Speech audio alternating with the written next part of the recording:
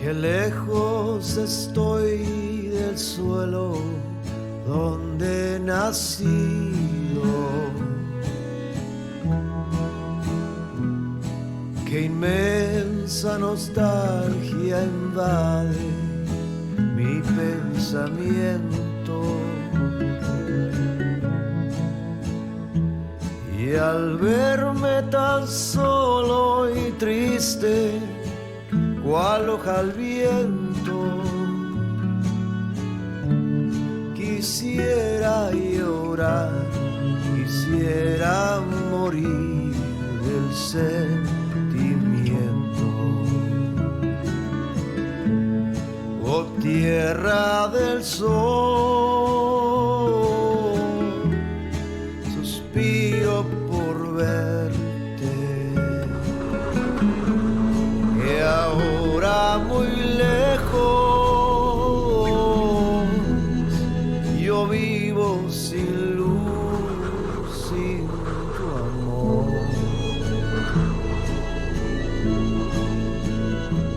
Y al verme tan solo y triste, cual hoja al viento,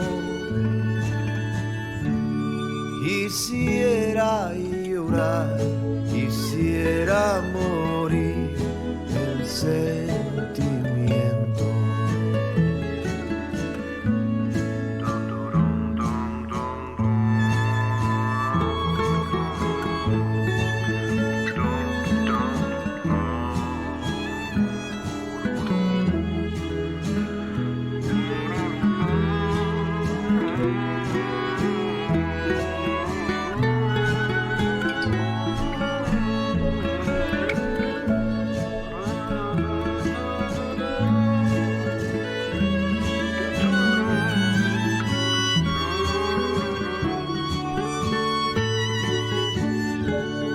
Quisiera llorar, quisiera morir del sentimiento.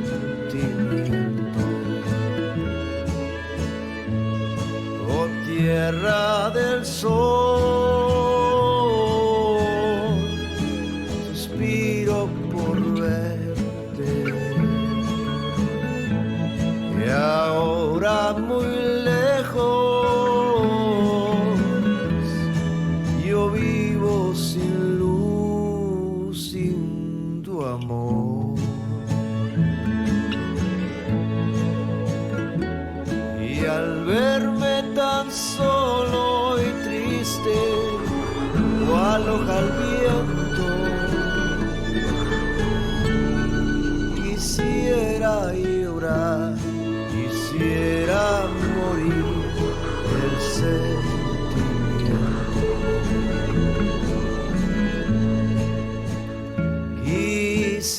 Quisiera llorar, quisiera morir del sentimiento.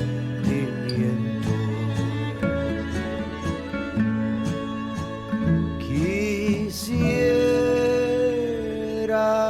llorar, quisiera morir del sentimiento.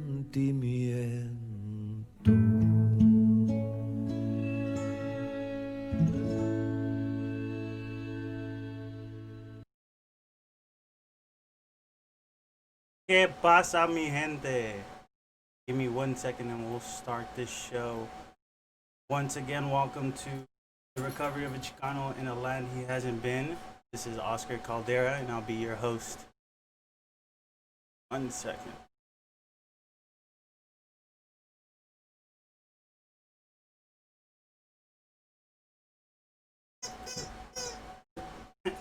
Sorry. If you don't know, I have a pup. His name is Zero. That is my son. You will hear him off and on throughout the podcast.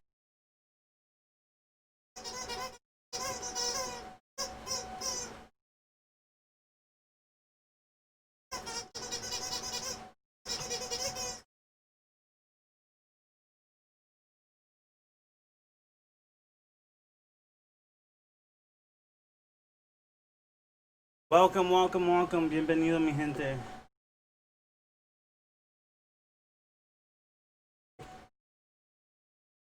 Bienvenidos, mi gentes. Welcome to the show. I am Oscar Caldera, and once again, thank you for coming. Thank you for joining.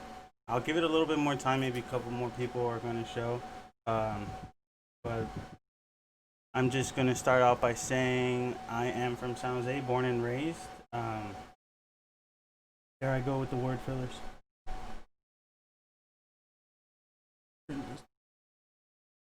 Born and raised in San Jose, mostly on the north side downtown. Um, my struggles are a lot. We'll get to learn those as we continue on through the street.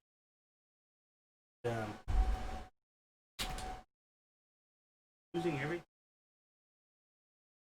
Don't hop up. Um, I am 27 years old. I am currently at San Jose State University. I'm currently working on my bachelor's for psychology. What I want to do in the near future or future when I get my PhD is I want to help the youth. A lot of stuff the youth aren't offered, and I want to make sure that they do get those um, that help those resources that a lot of us didn't get as we were younger. That's just a little bit on what I want to do. But just recently, I have a student at the San Jose State, and I have been enrolled into a Chicano studies class. Chicana studies. Sorry, let me fix that. And it's really inspiring to read the literature. I'm sorry, I'm petting my son down here. It's really inspiring to read the literature and how it just gives you. I call it rabia. It just gives me a lot of lucid feelings. I mean, it gives me anger and strength and will and want and it's just a lot. So from this class, my teacher does her own podcast, and I'll throw a link up when I throw the YouTube up there. I don't have it right now. She's a very strong woman to have such beautiful women come on to a panel and discuss the nature of what they did and what they're doing and where they're at and what they did. Can you calm down? So it's very inspiring to me to start this. I was currently trying to write a book, so in the middle of writing a book, I don't want to say I am Mexican and that's what's happening. No, my writing ability isn't as strong as everybody else's, and I'm trying to practice on that. So I'm going to try to practice on that as I go. So this first part. First couple streams will be and podcasts would be of my story of who I am, where I come from, what happened to me to lead me to what I'm doing today. So we'll go ahead and start. There's a couple people in here, so we'll go ahead and start. Once again, like I said, my name is Oscar Caldera. I'm 27, and we're gonna take this back to 2006. In 2006. Dramatic effects, right? 2006, I was a sixth grader at Herbert Hoover Middle School on the west side of San Jose. If you ever heard or been around there, it's actually down the street from the Rose Garden. If you've been there, a lot of graduations happen there. So I was a student at Herbert Hoover Middle School. My background there, I want to say, was of gang related to a student. I did well because growing up I had to get my parents' attention, which isn't unregular in Mexicans, Hispanics, Latinos, Chicanos, and all of us. It's not irregular to have to do that.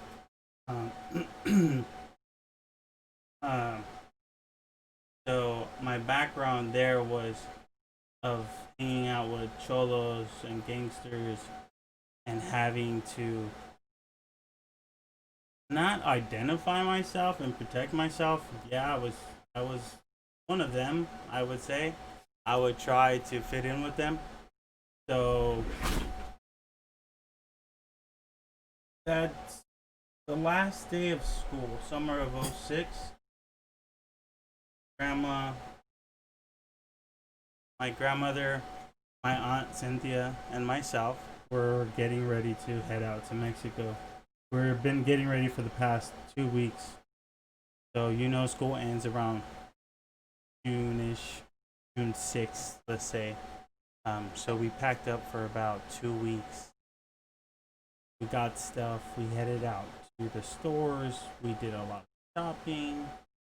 We did a lot of gathering of clothes and materials for my grandparents because my grandma was from Obregon, Sonora. It's about 16 hours from the border if you go through Mexico. Through Mexico. Everybody goes through Mexico. If you go through Nogales, I believe, which is in Arizona, so we got our stuff ready. We got Grandpa tools. My tata, which is great grandpa, my tata, we got him tools. I got him tools. We got him tools. We packed the car. It's about June. Everything got ready. It's about June 29, June 18th that we left from San Jose. We made one stop before heading out from San Jose. That's from here, San Jose, and we head down St. James to head out. As we're heading down, my mom stops one more. As I say, mom, I refer my grandma is who I refer to as my mom. So as I say, mom, it'll be my grandma. So we start to head out, but we make one more stop off of Julian, passing San Jose High. We stop at the gas station. It used to be an Arco, and we stopped to put gas one more time right here down the street before we left. So we hit the road. We hit the 101. We head down, and the trip is just beginning. We're heading out. We're driving past, what is San Martin and Gilroy and Morgan Hill, or Morgan Hill, San Martin, and we hit Gilroy, and it smells so bad like garlic when you get to Gilroy. You know you're at Gilroy, in the Gilroy area when you get there. It is just a so overwhelming and powerful smell that you know you're there. And it's so late at night, like late night, morning, that nothing's open. Can't stop it. We're driving. We hit those little side streets before we hit the little side street before you hit the 152. So we're passing out the casetas, but they're all closed. It's still too early. It's dark out, and we're making our way down.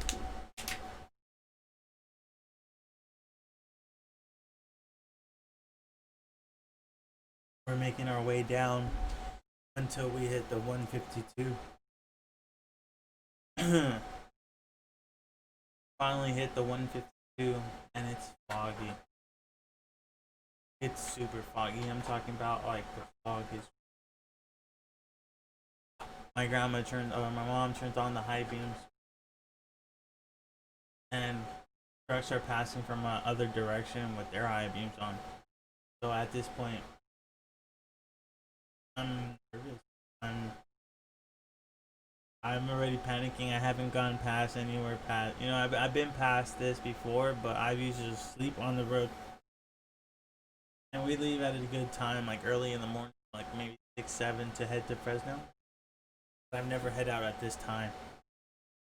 So it's really early. It's like maybe 2, 3 o'clock in the morning, and it's foggy outside, and we're hitting the lake part, and there's extra fog, and hitting those turns, those left and those rights. I have a fear of heights.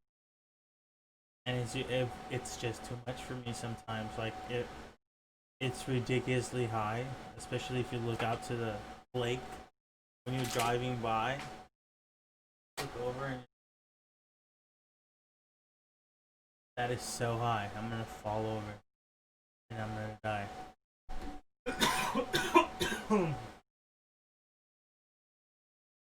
Excuse me, I'm so nervous. I'm nervous like I am on those heights when we go past that hill when we go to LA or when we go to Mexico. But we're passing that and we're finally getting down. I'm I'm done gripping onto the seat because of the fog and holding onto it to make sure that if something happens, I will be okay. Like nothing will happen to me. I was holding on for dear life, and I'm sitting in the back seat. My mom is in the front seat. My tia Cynthia is in the right seat in front of us, in front of me. So she's in the passenger seat. Okay. So we're still driving, and it's taking forever. I'm a teenager. You know, I'm 12 years old, and or I'm 12 years old. I'm not even a teenager yet, and I'm like, man, this is taking forever. I have my phone, a little iPod, and I'm listening to music. Or it was a CD player. It wasn't even an iPod. I had a CD player, and I was listening to music, trying to see when how long it's gonna take. Cause I know how long it takes to get to Mexico, go to Mexicali, but I didn't know how long it was gonna take. We're barely passing the like Dino Chevron. If you guys ever seen it, when you're coming down the 152 to hit Los Baños and you hit that 5 to hit on the freeway, past a little gas station to the right side, and you hit that 5. We hit the 5. I hate the 5. The 5 takes forever. I started hating the 5 that day in 2006 so much.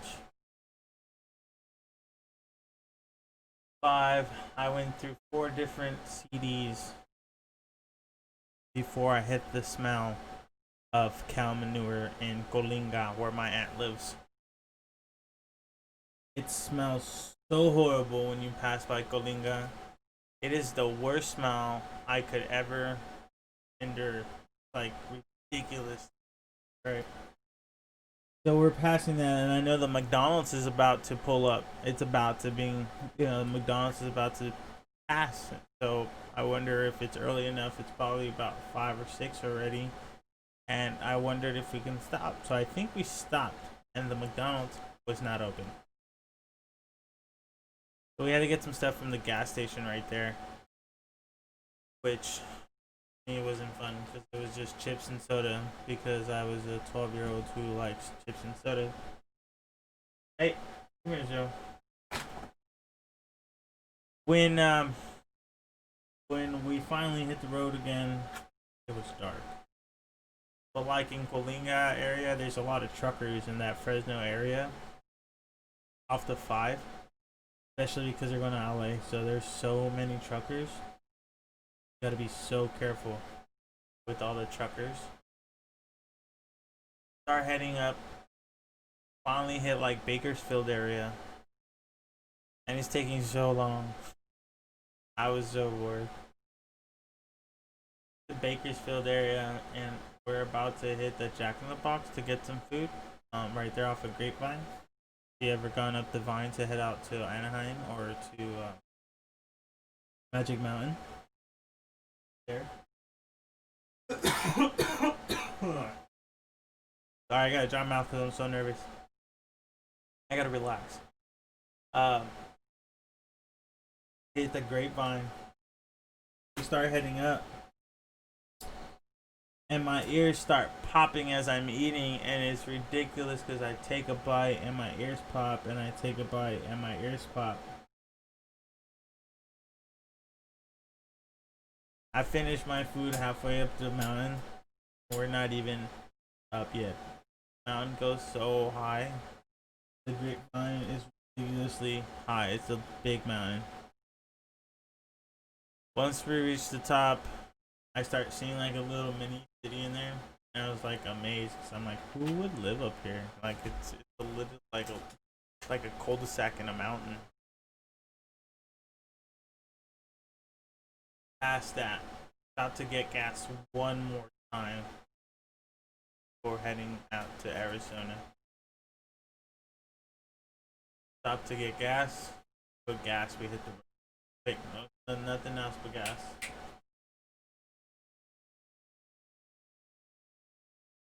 There's still a lot of truckers around. There's so many truckers on the freeway. We're passing through. I see Magic Mountain. I see the rides, and I remember, oh my god, I hate heights. I hate heights. I hate roller coasters, and I hate heights.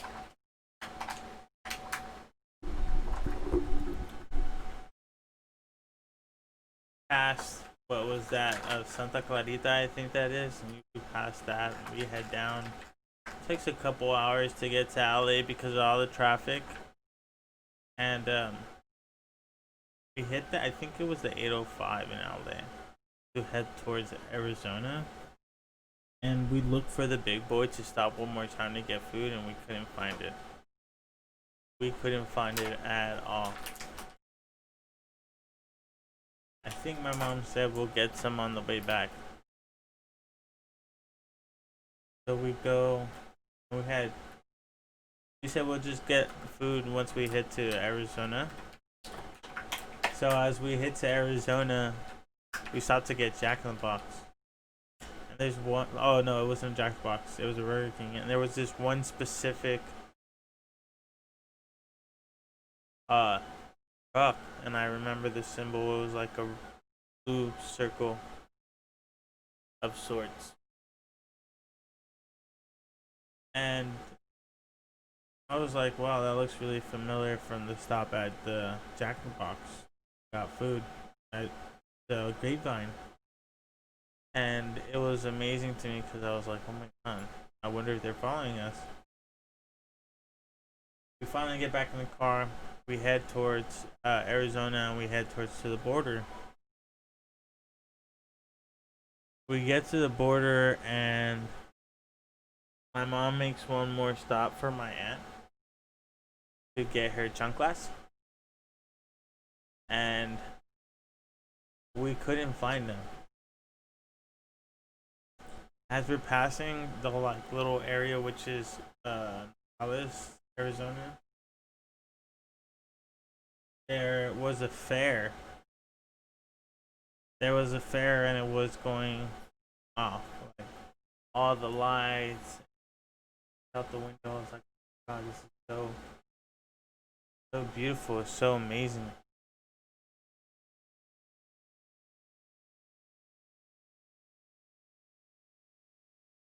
We keep driving. It's taking even longer. My mom is trying to get there as soon as possible. She's trying to get there. But my dad told her, you better stop and get insurance. Because it's going to be a B word, you know what I mean? So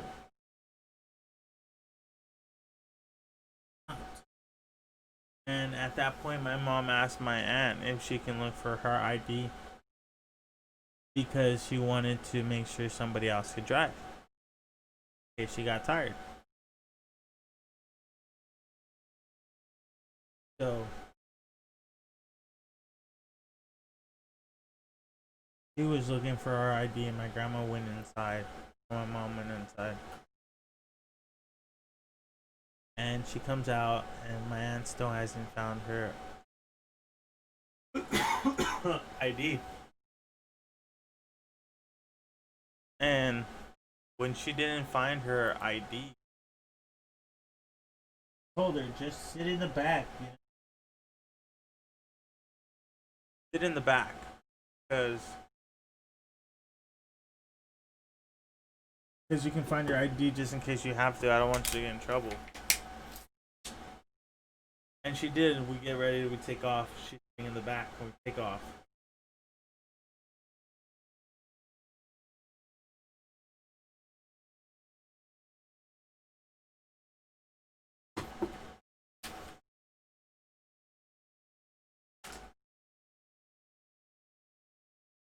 and we're driving, and it's taking a while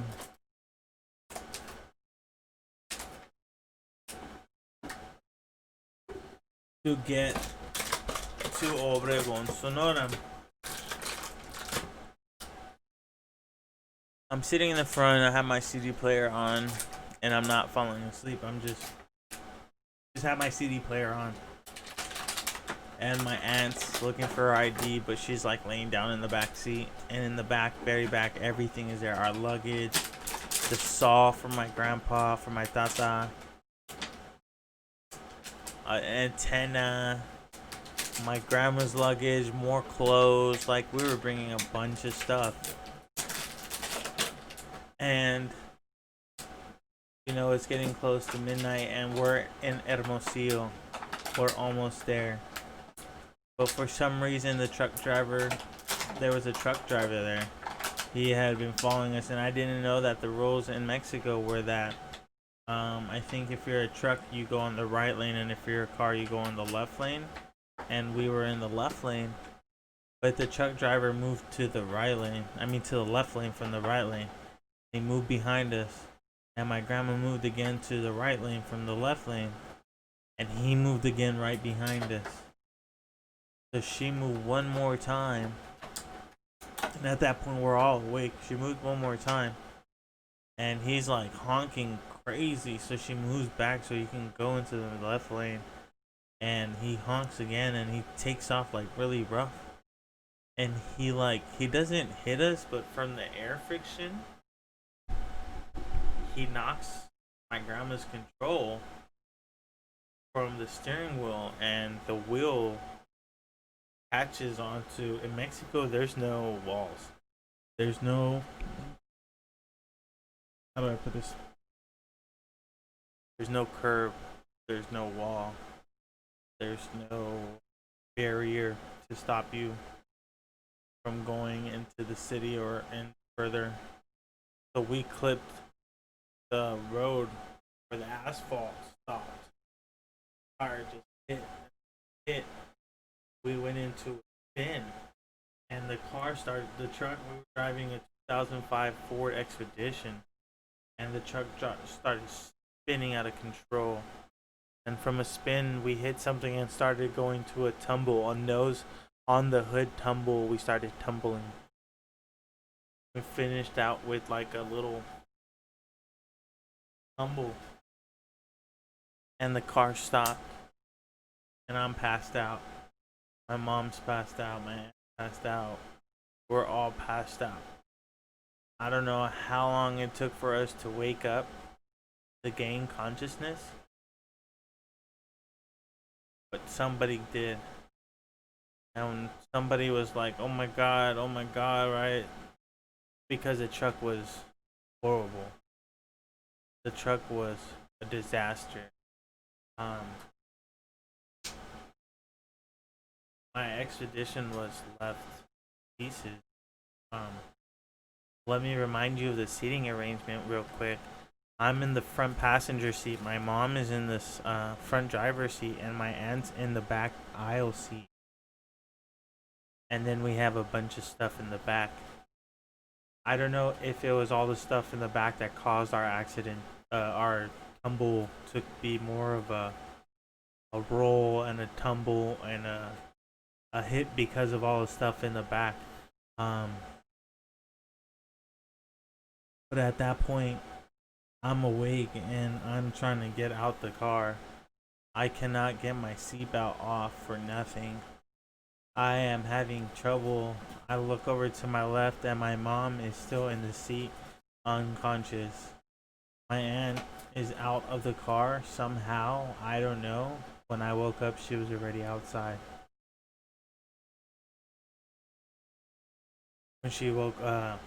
When I gained consciousness, she said, you know, you gotta get out the car. You gotta get out the car. It's ticking. The truck is ticking. It's gonna blow up. Get out the car. Oh, I get my mom out. Get mom out first, and I'll get myself out. I can do it. So she goes around and she got my mom out. And my mom gets out, and they both come around to my side. And I still can't get off the seatbelt. It's I don't know what it is. I could not get it off. It was just really locked. So I think I like pushed my finger into the seatbelt so hard that it finally let loose. You know, the seatbelt came ripping off and it went flying.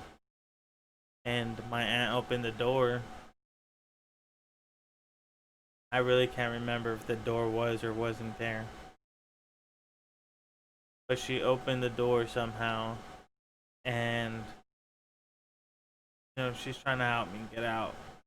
And I'm getting out, and I'm standing on both my legs.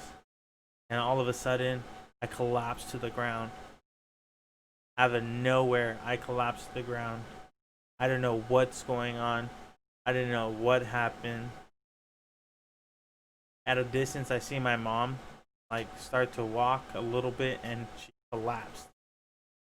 And I can't see my aunt no more. I didn't know where she was at.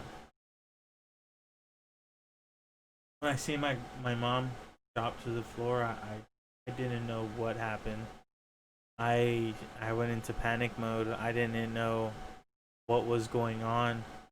I couldn't get up. I couldn't walk. For some reason, I couldn't. My brain wouldn't let me walk.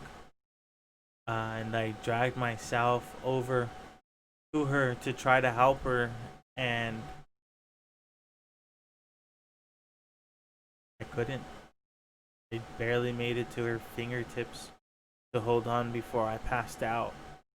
And I don't know if I passed out. I don't know what happened. My body shut off. It was turned off. It was game over. I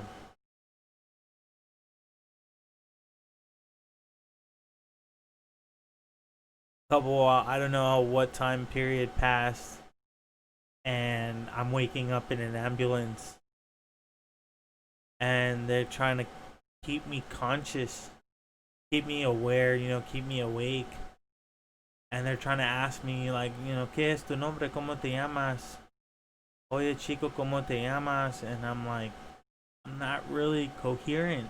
I'm not really able to process what's happening, because I just remember nothing. Didn't know anything. I didn't know what. I couldn't answer them. I do know that I was naked in the ambulance. I had no clothes. I had no anything. And I think they were just doing that to assess my situation, my damage with my body. I passed out once again in the ambulance because nobody was with me. No aunt, no grandma, no mom. Grandma is my mom, so there's only 3 people. No mom. I don't know where, in the ambulance. I don't know, so I passed out. Next thing I remember is waking up in the hospital, in the ER, as they're rolling me in, and the lights are hitting my face like the brightness is too much, that I'm waking up from whatever it was. And I get there and they ask me, what's your name? ¿Cómo te llamas? And I tell them, Oscar. And they're like, ¿de dónde eres? And I say, de los Estados Unidos. And I don't know if they were asking me for a phone number, if I can give them a phone number. I don't know if I did give them a phone number. It's a possibility. I don't know the other questions that they asked me after that point.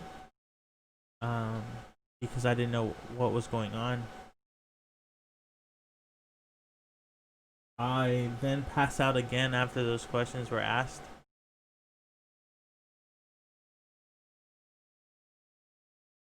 And I wake up in agonizing pain.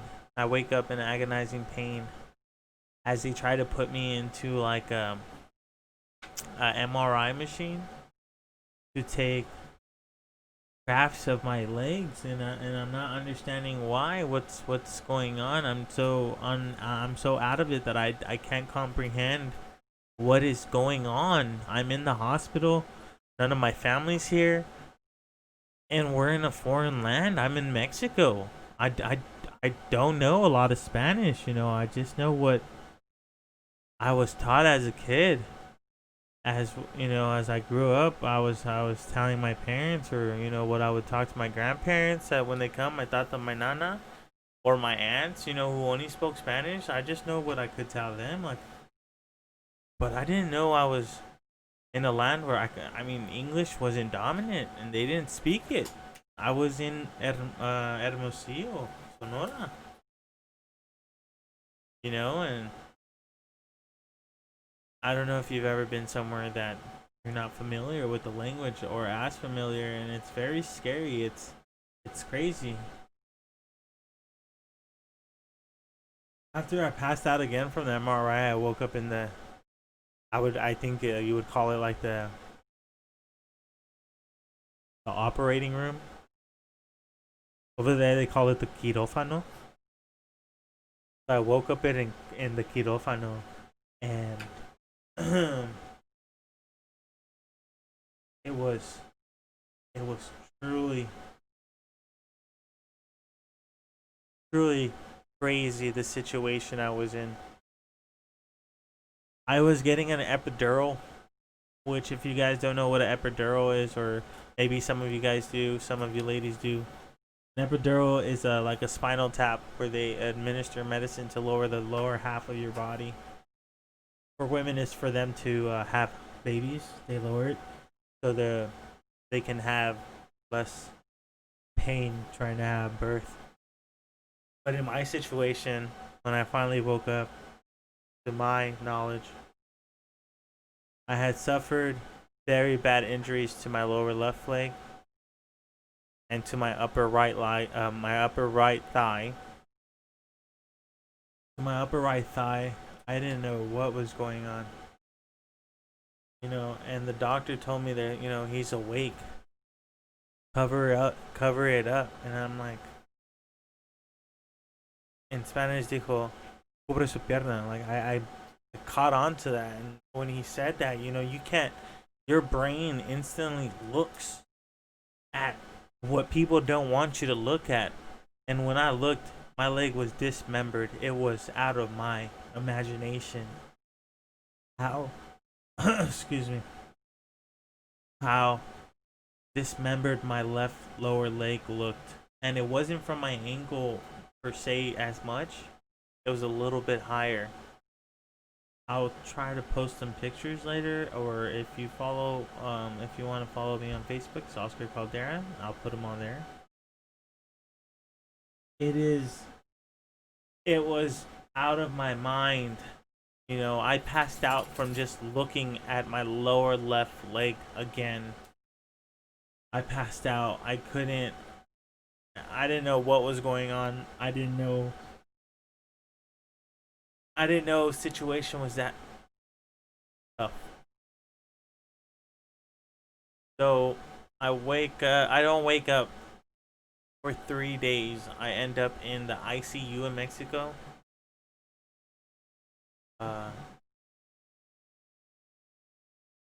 In something intensiva. And I only wake up because I hear somebody say mi hermoso, right? And at that point, it's a couple days after, or a day or two after the initial accident. And I don't know if you've ever been in a car accident or been where your body's so injured that your entire body is swollen to the capacity to where your eyes are almost shut. My eyes were shut, and I hope to get some testimonies from my family members soon to get them in here. Like my real mom and a couple other people, like my aunts in Mexico. Hopefully, I can get them here. My eyes were swollen completely. It was crazy. I could not see, like, my whole face right here was like a plum. Like, if you guys ever watched Willy Wonka and the Chocolate Factory, where the girl is so swollen out of her mind that her whole face is just like, I think Aretha or something, it was her name. But my face was so swollen, I could not see who called me mi hermoso, you know? Somebody called me, you're precious, and I could not see who they were. And I'm in the ICU still, and nurses are doing everything for me. They check in on me, they come around and they ask. They're not asking me questions. They're just doing stuff. I don't know how I was going to the bathroom. I don't know what was going on. Finally, a couple days passed, and the swelling went down. And my mom shows up. My real mom, not my grandma. My real mom, my biological mother, shows up. And my brother, my older brother Jonathan, shows up, and he's just holding my hand, crying. You know, he's all, brother, if I could cut off my legs and give them to you, brother, I would. Believe me, I would. I would give them to you so much. You know, he's telling me you don't deserve this. You know, and I'm just like, what is going on? You know, I'm just 12 years old. I just know I'm in the hospital. I don't know what the situation is. I don't know how severe it is. I haven't seen a doctor. And my mom, my biological mom, comes up and she's like, I told you not to come with grandma. I told you not to come.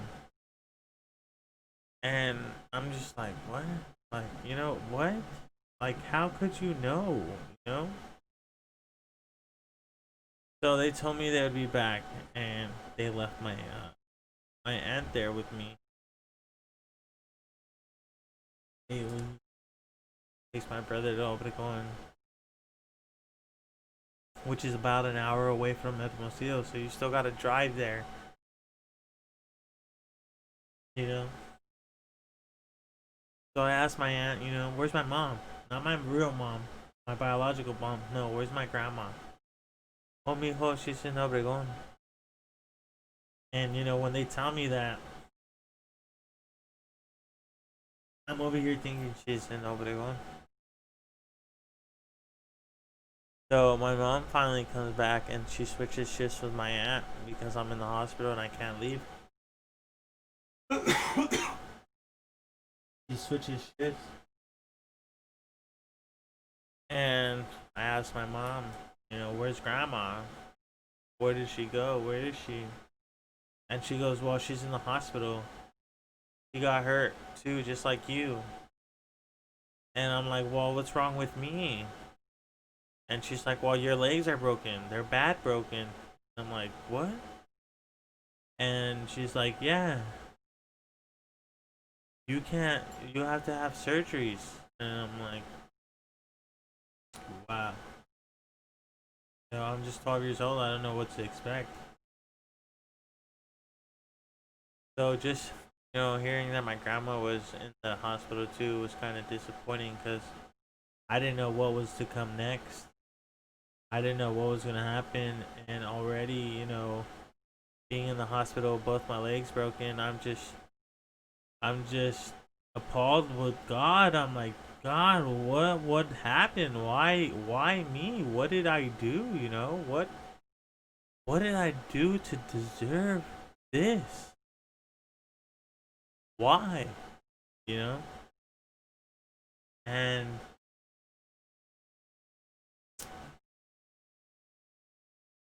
as the time's going, my mom's there, and the struggle to go to the restroom is ridiculous.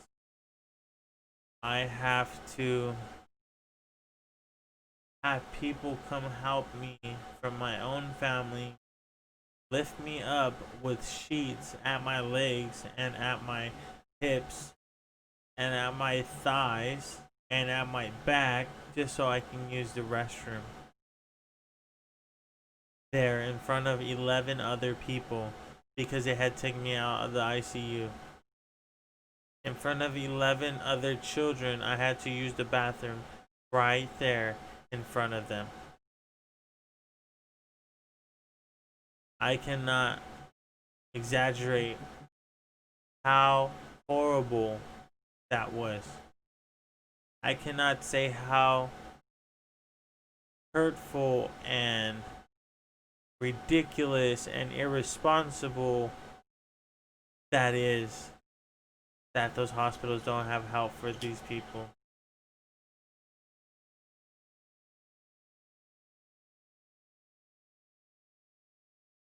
My grandfather woke up with the news on Father's Day that we were in a car accident. On Father's Day, he was told that we were in a car accident.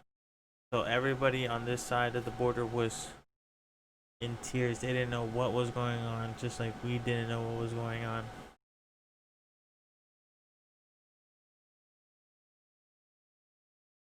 As the days go by, you know, I don't know what's going to happen to me. I don't know if my grandma's going to make it. I don't know if I'm going to make it. So I told my mom, my biological mom, I said, "Can you call my dad, my real dad? Can you like find him and tell him to come see me? Because I want to go out knowing who my creators were. I want to know who my parents are. Like, I want to know both of you guys. If I die tomorrow, I want to be able to say, I met my dad. You know? Not saying that just because of him. I just want to know who he was. Because I have never met my real father until that point. 2 days later, my real dad flies out to there. And he brings my stepmom. And my dad asks us, he comes up and he's like, "Oh, you know, I'm your dad." I'm like, I just look at him, I'm like, "Okay, for sure. Thank you for coming." And, you know, they ask us, "Do you need anything?" And I said, "Yeah, I don't know. I don't really know. I don't know. I don't know what I need."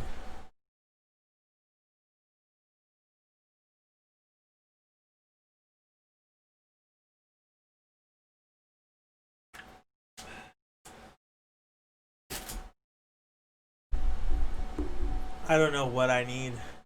So he left, and my stepmom went with him.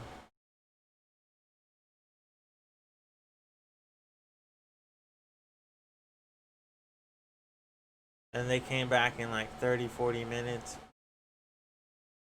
She has with her a little puppy dog that says, "Who let the dogs out?" You know, who sings "Who Let the Dogs Out?" And a crossword puzzle from her. And my dad has some diapers, and you know, he's okay. Well, let us know if you need anything. We're gonna leave, and we'll send you money if you need it. We didn't really need it from him, you know. I just wanted to know of him. Stereotypical Mexicans don't really know their dads. So if I died, I wanted to get to meet my dad. So I had a good number of surgeries in Mexico. I had 37 surgeries in Mexico. I want to say 11 of them were just procedures to clean my leg, the wound, to make sure it didn't get infected. When I would go to surgery, I could not eat the day before. I could not eat for 24 hours before surgery. Could not drink water. The fast was ridiculous. Smelling all the food. And I just said to myself at that time, you know, well, if you need to do surgery so much, just don't eat, you know. Just don't eat. Because it hurts to go to the bathroom. It hurts to get up. It hurts for them to pull me up. It hurts. So don't go to the bathroom. I would get to the surgery room and it would be freezing cold. Freezing cold. I'm talking about ice. And when it would be so cold, I asked them why would it have to be cold, and it's just to kill the germs so you don't get an infection.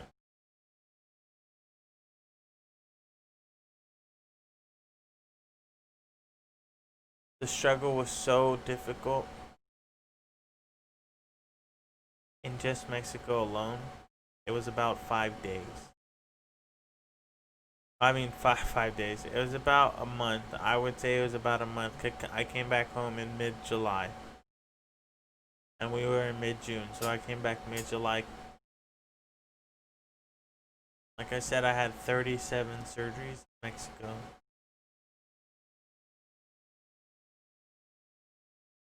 Thankfully, my grandma had put her paperwork through to have insurance done for me and my brother because she had just became our legal guardian.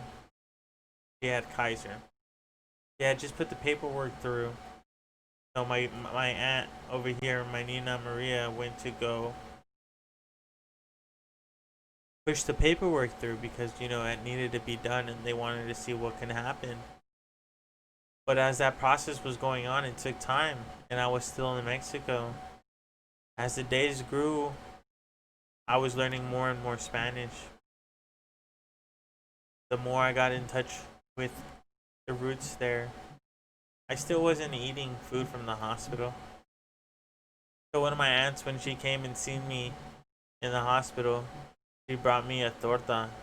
But they weren't allowing food from out on the streets because I wasn't eating my food because the doctor didn't like that.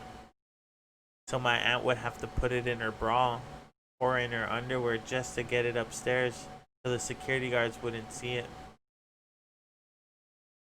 And it was funny because one time she came up and she's like, "Here, mijo, hurry, me estoy quemando, me estoy quemando. La torta me está quemando el chichi." And she pops it out real quick. She throws out the torta and she puts it there in some potatoes.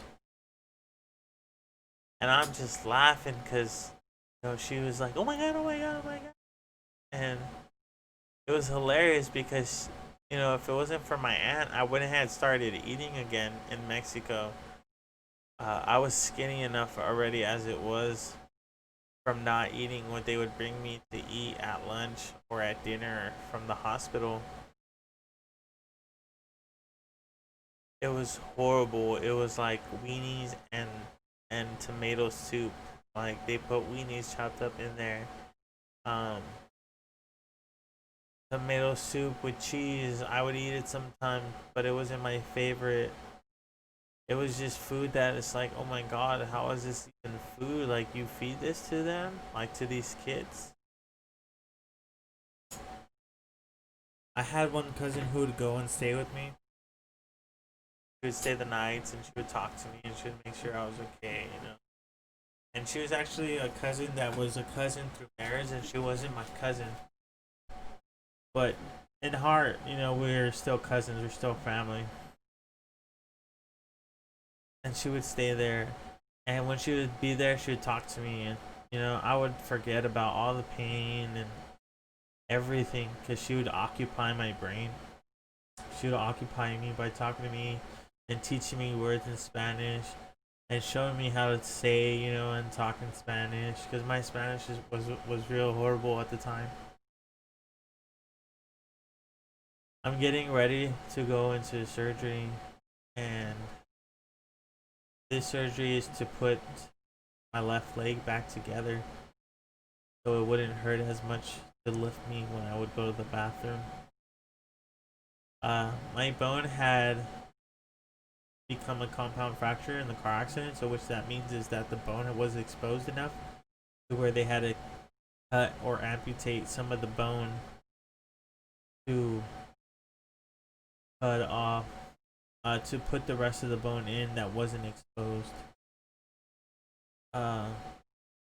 With that being said, what had to be done was I had to get skin grafts from my calf and from my thigh to fix the damage of my left leg on the lower part. My calf muscle was cut off and wrapped around my ankle, and the skin graft from my thigh was used to repair the skin that was on my calf, which is now no calf. I'll try to upload a picture. I'll send one right now, actually, so we can put it on here. I can put it on your live stream.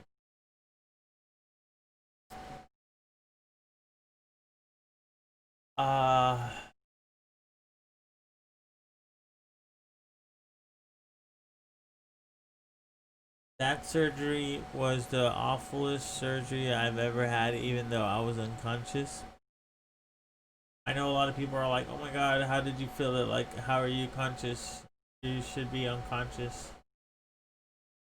And the thing is, I was unconscious. Like, I was unconscious because of all that stuff. But how long I was under was dramatic. Coming out, feeling the pain after all the medicine wore off was horrible. You know, I woke up and I had a hole in my right thigh from the bone that had been exposed from there. I looked at my left leg and there was the bones broken with the harness there, and then I had a interior break on my left upper thigh, so I was broken. My leg. With my legs being broken, it was very difficult to do anything in the hospital. One night, I remember looking out to the sky because we were on the 12th floor in the hospital. It's 12th floor. There was thunder and lightning, water, rain falling, and my mom was coming from outside, and she came and she was drenched in water all the way to her waistline. Like, she was drenched in water, and she, my god, it's raining so much rain outside. And I'm like, what are you talking about? She's like, yeah, it's a lot of rain. And I'm looking outside and it's raining and there's thunder, there's light, it's cracking the skies, it's presenting itself in a beautiful way. And I'm just like, are my prayers gonna be answered? Like, do I get to go home? And out of nowhere, all the power goes off. Everywhere, the whole city was off. When the city lights turned off, it was great. And like, okay, mom, I'm gonna go to bed now. Everything's turned off. I'm just like, okay, bed. Next couple of days were difficult because I was going in and out of surgeries, which meant little eating. Like I said, it was very hard. My mom was there. My real mom was there one day, and she was singing. She was, she was getting ready to switch shifts with my aunt, and I sang a song. I said, "Amarillo, amarillo, amarillo es mi color." And my mom turns around and she goes, "Where did you hear that?" And I told her, "Well, I don't know. Sometime when I was passed out, I went to this world of white light, and that world of white light was, well, it was magical. It was beautiful. It was joyful. It was crazy. The feeling that it was the happiness, the spirit, the joy as I'm walking through the light, right? I'm explaining to my mom as I'm walking through the light, get to heaven's gate because God had called my ticket, you know? When the accident had first happened, when I passed out, when I touched my grandma's fingertips, it must have been when it happened because I was at gate. It was peaceful. It was joyful. If you ever read 60 Seconds in Heaven, oh my God. It is so true. It is exactly to the point of that man's description of the harmonic hearing of music to the freeness of the spirit and your body and your soul. It is magical. It was inspiring. As I'm walking to the gate, a woman appeared in front of me and she told me, "Son, I am sorry, but it is not your time to go. It is not your time to go. I need you to turn around and I need you to go back."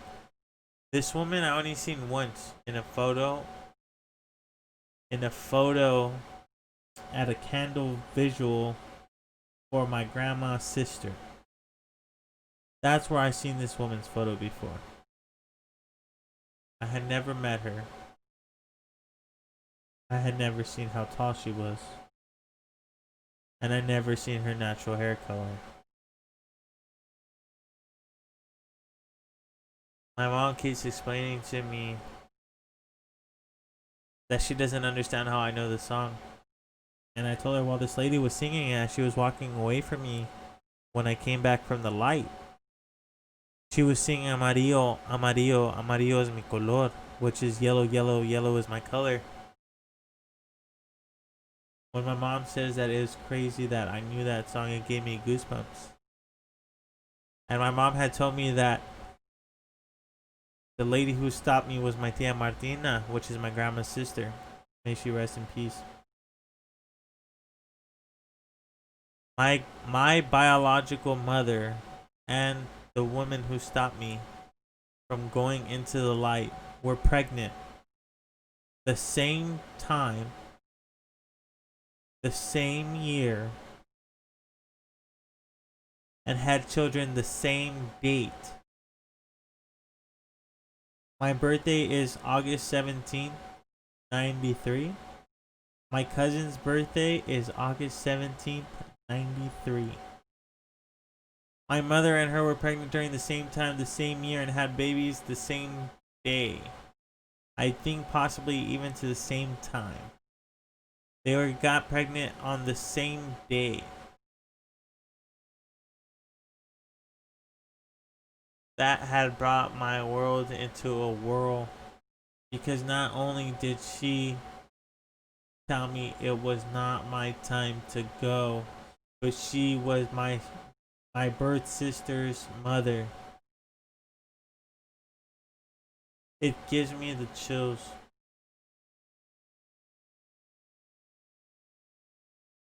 A couple days after that, we got the word from my aunt over here in the United States that Kaiser would be flying out to pick me up. Before I left, my grandma had come to visit. She worked so hard for a couple of weeks to get out of the hospital, to get out of my grandmother's, my nana's house in Obregon, to get out of the bed there. She worked it up to get out of the bed to be able to come see me and tell me that if she could do it, I could do it too. If she could get out of bed and come and see me, I can recover. If she could do that, if she can come and give me her strength, then I can do it too. Anything is possible. And not to let it affect me, because I will be strong just like her. She gave me so much strength that day when she walked in. That strength was unbearable. It was so much. It was so powerful. It gave me just. It was like her telling me that it is not time to give up. It was not our time to get weak.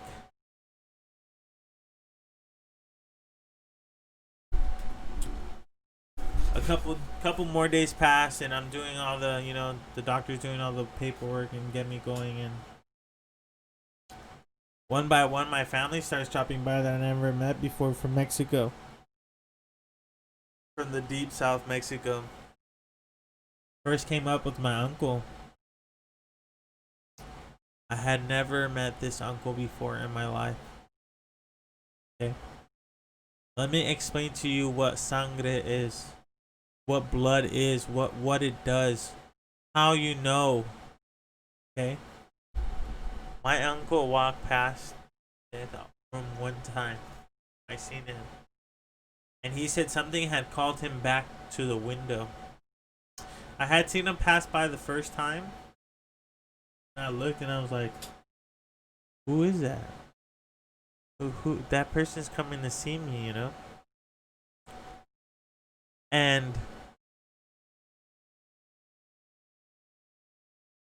as he comes back to the window, he's looking,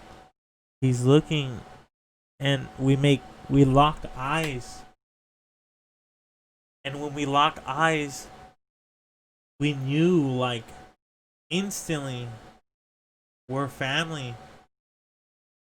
You know, you're related to me because your blood calls. It really does. Your blood knows where you're from. Your blood knows who you are.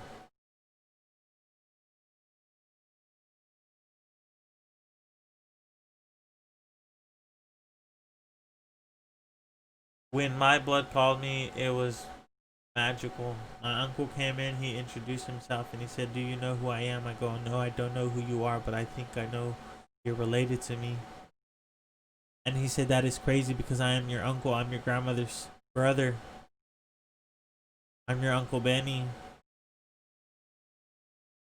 And I was amazed because blood really does call out. Blood calls out, and it's amazing to me that it does, and it does in that form.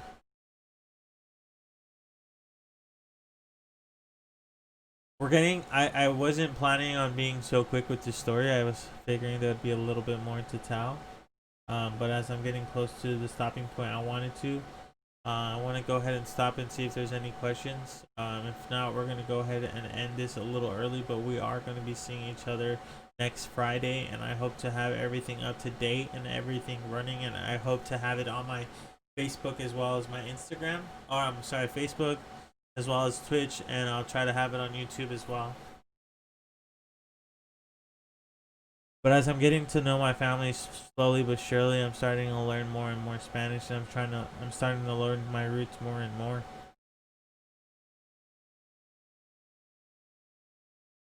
The day finally comes, and the doctors are here in their private jet to pick me up from Kaiser to take me home. My whole family comes, talking about everybody, and they're waiting for me outside. And the doctors are loading me up into the bed to load me up into the ambulance to take me to the airport. And as I go downstairs and I see everybody, I see all my family, I see all my little cousins. And I tell them sadly that this day I didn't make it all the way home, but believe me, one day I will come back and I will make it. I gave everybody a hug and wished them farewell and hope for my safe arrival. In the private jet, I was allowed to take one person, so I was taking my Aunt Cynthia back, who came out unscratched from this story. It was on our way that they were following us, and I saw my family really cared. You know, they didn't know me. They knew of me, but they didn't know who I was. They didn't know what I did. They didn't know anything. They didn't know that back home I used to yell at people who spoke Spanish and cussed at kids and try to start fights because I would call them sureños. They didn't know anything about that about me. But here they are, wishing me farewell, driving with me to the airport, driving. And as we finally get to the airport, there's three doctors and two nurses. And they say, "Are you Oscar?" I said, "Yes, I am." And they said, "You ready to go back home?" I said, "Yes, I am." I turn around one more time and I look at my family and I wish them farewell one more time as I blow kisses. The doctors start loading me up into the jet to take me back home to the United States. And they don't know how they're going to get me in. They turn me right. They turn me left. It's not working. The only way to do it is to twist me on my side forward like this so they can pivot me like that. So they did. They pivoted me into the jet. We fashioned our seatbelts.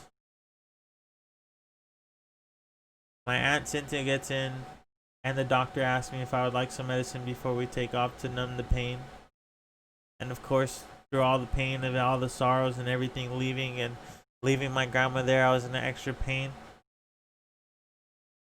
So I said, sure, why not? As she loads me up into the medicine to take off on a nice little cruise of morphine high. They lock up the door, and that's where we'll stop the story today.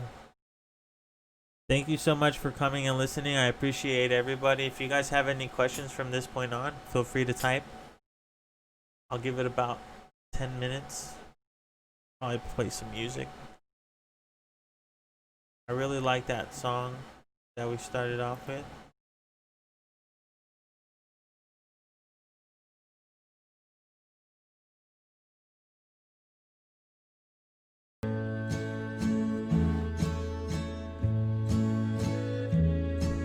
Qué lejos estoy del suelo donde he nacido. Qué inmensa nostalgia invade mi pensamiento.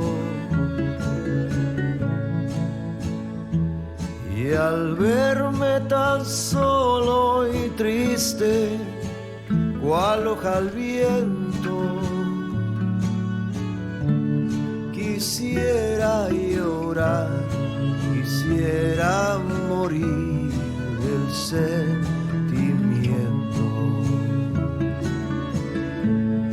Oh tierra del sol, suspiro por verte. Y ahora muy lejos, Feel free to type questions as we go. yo vivo sin luz, Hi, Nayeli. sin tu amor.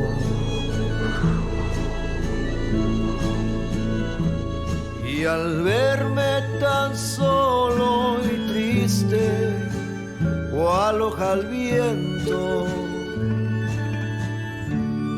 quisiera llorar, quisiera morir del sentimiento.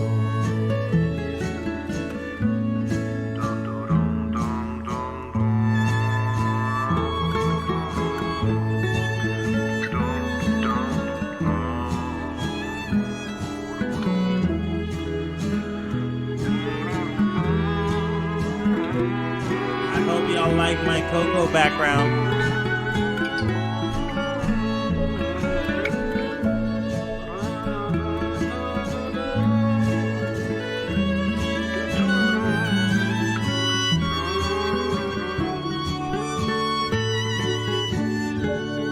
Quisiera llorar, quisiera morir del sentimiento.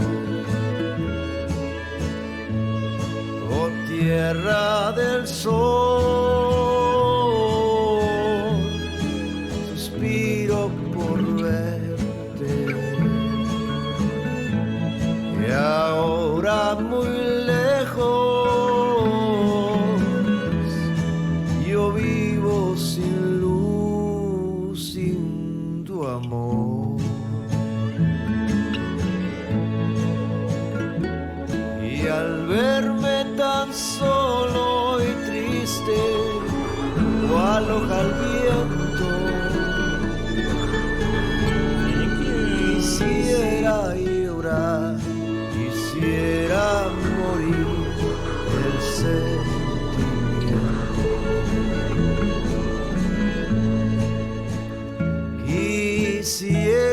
Quisiera llorar, quisiera morir del sentimiento.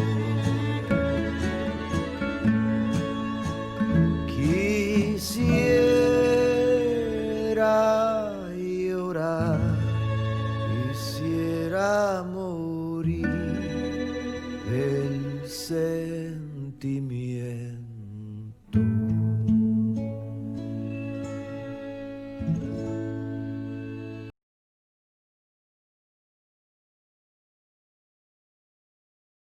I'd like to thank you guys all again for coming.